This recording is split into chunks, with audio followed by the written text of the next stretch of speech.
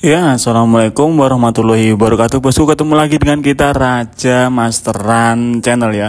Oke, di video kali ini kita akan membahas tentang tips menentukan settingan jangkrik harian yang pas untuk burung murai batu kita itu seperti apa ya bosku ya. Jangan di skip karena ini sebenarnya langkah dasar menentukan kinerja burung kita di lapangan supaya nggak over emosi, supaya nggak over birahi itu bagaimana.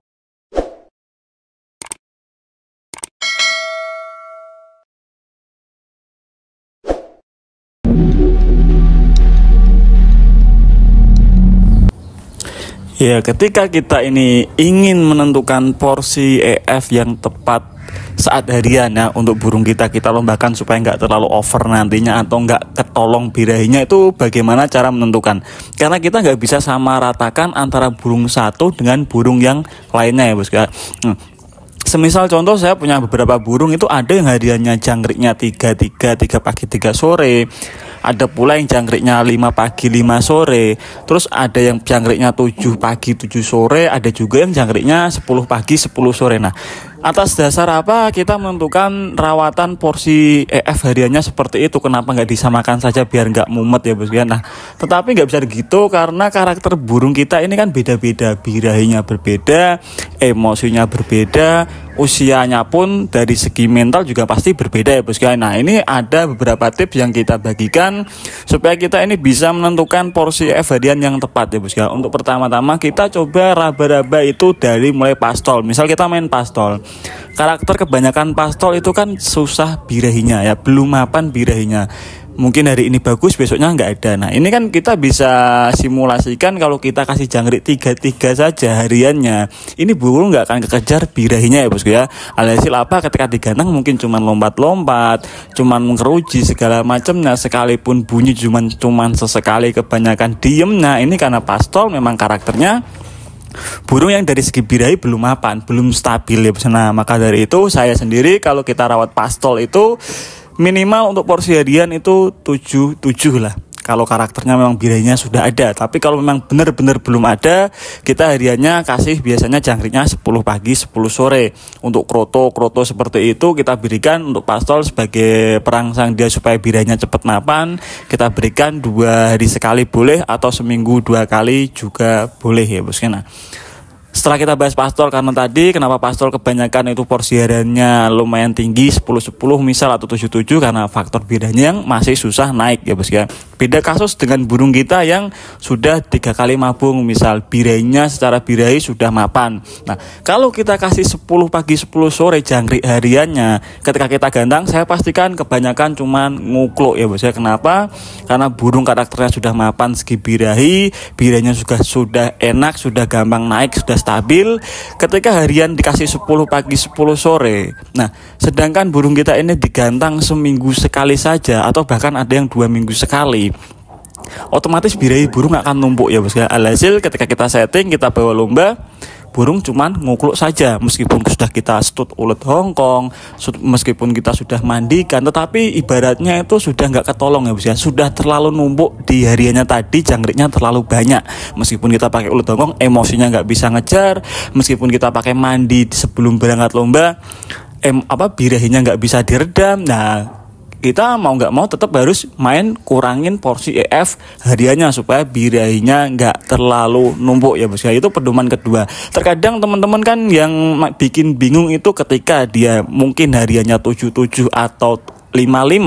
Nah, setelah kita gantang kok burungnya ngukluk, dia pikirannya birahi saja, terus dipakai redam pakai mandi nggak ketolong, alhasil cuma dinaikin di stud EF-nya atau kadang ditambah dengan jemurnya. Nah, ini sebetulnya nggak keliru, cuman ada langkah yang lebih efisien seperti itu ya bos ya. Mungkin yang salah porsi EF harian terlalu tinggi, karena itu juga menentukan kinerja burung kita ketika kita gantangkan ya bos ya. Karena apa?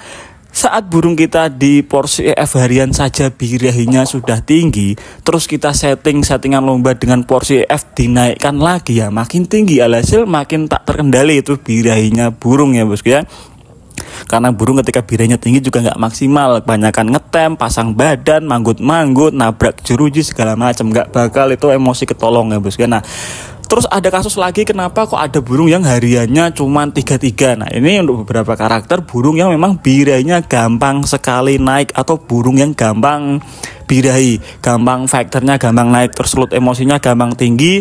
Burung karakter faktor tinggi seperti ini kebanyakan hariannya pakai set rendah 33 mungkin, atau 22. Bahkan ada yang settingannya itu hariannya 33 plus mandi sore 2 hari sekali. Kenapa demikian?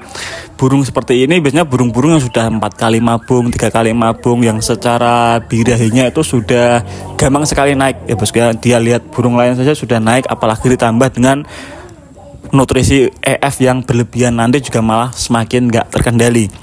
Untuk kasus-kasus burung yang faktornya tinggi, biasanya kita pakai pakai settingan porsi hariannya itu cuma 33. Kroto nggak pakai, ulet Hongkong mungkin pakai ketika hari lomba saja. Ketika settingan lombanya itu kita cuma naikin di porsi -1, kita mungkin tambah 7 atau 10 ya. Maksudnya karena apa? Karakter burung sudah gampang birahi, gampang emosi. Kalau kita main EF terlalu tinggi, nanti mainnya makin nggak karuan, nggak bisa anteng. Kebanyakan main nakal ya bosku. Nah, bahkan ada burung yang karakternya terlalu tinggi faktornya, kita sudah pakai settingan jangkrik harian 33, settingan lombanya nggak terlalu tinggi, masih nakal, masih nggak bisa diem, nggak bisa anteng mainnya, kita tetap pakai terapi yang di kandang umbaran seperti kemarin nih bosku. Itu untuk membekali burung dengan tenaga yang mumpuni. Supaya apa? Supaya si burung ini tenaganya mampu ngimbangin faktornya tadi. Burung ketika faktornya terlalu tinggi, tenaganya kurang, nanti pasti mainnya cuman bisa nerekam lawan, nggak berani bongkar isian, nggak berani bawain lagu panjang-panjang, karena tadi dia cuman punya emosi tapi nggak punya tenaga kan, ya mau gimana nyerangnya ya bos ya.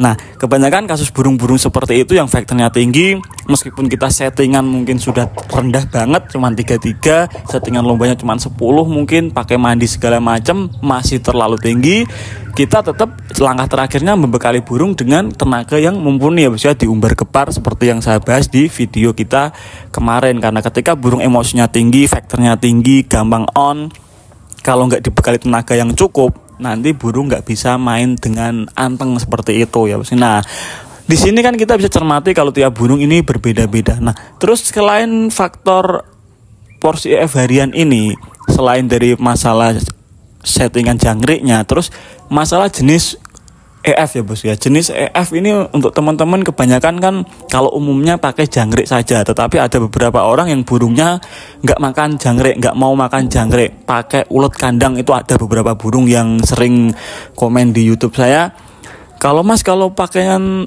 pakai settingan nggak pakai jangkrik gimana, burungnya nggak doyan jangkrik, pakai ulet kandang. Nah ulet kandang ini kan kita agak repot, masa kita hitung satu persatu kan sampai maghrib nanti ya bos ya, nggak makan burungnya itu.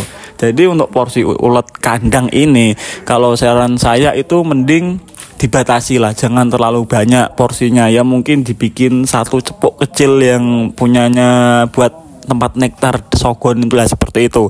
Kenapa? Karena karakter ulet kandang ini kan dia lebih gampang naikin birahinya ya bos ya. Hampir mirip seperti kroto, cuman sifatnya agak panas. Jadi kalau burung kita ini dari segi faktor sudah karakter tinggi, saran saya pakai jangkrik saja lah. Kalau pakai ulet kandang nanti makin agak ribet mengendalikan birahinya ya bos ya. Kecuali memang karakter burung kita ini susah banget birahinya, boleh kita coba sesekali pakai ulet kandang. Itu pun juga nggak saya anjurkan setiap hari ya bos. Karena apa? Ketika burung itu sudah tinggi birahinya, nggak terkondisikan, kalau kita biarkan terus menerus nanti bisa-bisa burung tersebut mengakibatkan cabul ya bosku. Itu kan repot juga nanti akhirnya ya. Nah untuk jangkrik sendiri kan itu ada beberapa tipe, beberapa jenis ya bosku ya. Banyak teman-teman yang nanya, mas bedanya jangkrik alam dan jangkrik celering itu apa sih? Nah kalau saya pribadi itu cuman memahami dua hal ya bosku ya. Kalau masalah jangkrik itu jangkrik genggong dan jangkrik celering, atau jangkrik alam dan jangkrik celering.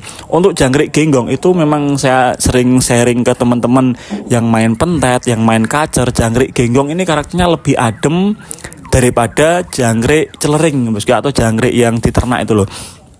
Nah dari hal tersebut kan kita bisa simpulkan kalau burung kita ini karakternya faktornya gampang sekali naik, kita pakai jangkrik celering 3 hariannya kok masih nggak terkendali, kita coba pakai genggong. Itu bisa jadi solusi ya bos ya. Tetapi untuk beberapa kasus sebaliknya, burung yang susah banget naik emosinya, sudah disetting hariannya 55 atau 77, masih nggak mau naik, setelah kita telusuri ternyata pakai genggong lah, itu coba kita diganti pakai celering yang sifatnya itu lebih panas ya bosku. Jadi nanti emosi burung lebih gampang naik. Nah, karena apa ya bosku, sebenarnya banyak pilihan EF yang tersedia ya di sekitar kita, tapi kan kita ini main burung setiap hari, yang lebih enak kita itu mencari EF yang paling gampang didapat ya.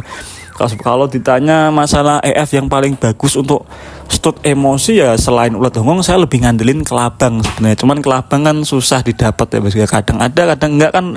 Kalau burung kita sudah terbiasa pakai kelabang settingannya, terus suatu ketika nggak ada kelabang kan repot, nanti kita nggak bisa dapetin settingan terbaiknya ya bos, seperti itu. Maka itu saya selalu menyarankan yang paling simpel saja, pakai jangkrik, pakai ulet hongong, itu kan paling gampang didapat ya. Pakai kroto juga boleh untuk teman-teman yang di daerahnya gampang didapatkan krotonya tadi. Tapi kalau untuk yang enggak ada kroto ya nggak usah bingung, karena saya juga beberapa burung nggak pakai settingan kroto sama sekali, baik harian maupun settingan lombanya ya bosku. Oke, nah bisa dipahami untuk menentukan porsi EF harian itu kita pahami karakter birahi burung kita. Kalau misal kita sudah kurangi settingan lombanya, kita pakai redam, pakai mandinya, tetapi masih ngukuk saja, bisa dikurangi porsi EF hariannya. Atau mungkin ketika EF hariannya sudah paling rendah 33 atau 22, settingan lombanya masih terlalu nakal, meskipun nggak terlalu tinggi settingan lombanya, mainnya masih nakal, kita bisa imbangin pakai tenaga di kandang umbaran ya. Itu bisa diutak-atik, karena yang paling seru itu yang seperti itu. Oke, nah terima kasih teman-teman yang sudah menonton video ini sampai akhir. Kalau ada ditanyakan tulis saja di kolom komentar. Oke, jangan lupa like, komen, dan subscribe Raja Masaran Channel. Saya Raja Masaran Channel undur diri. Wassalamualaikum warahmatullahi wabarakatuh bosku.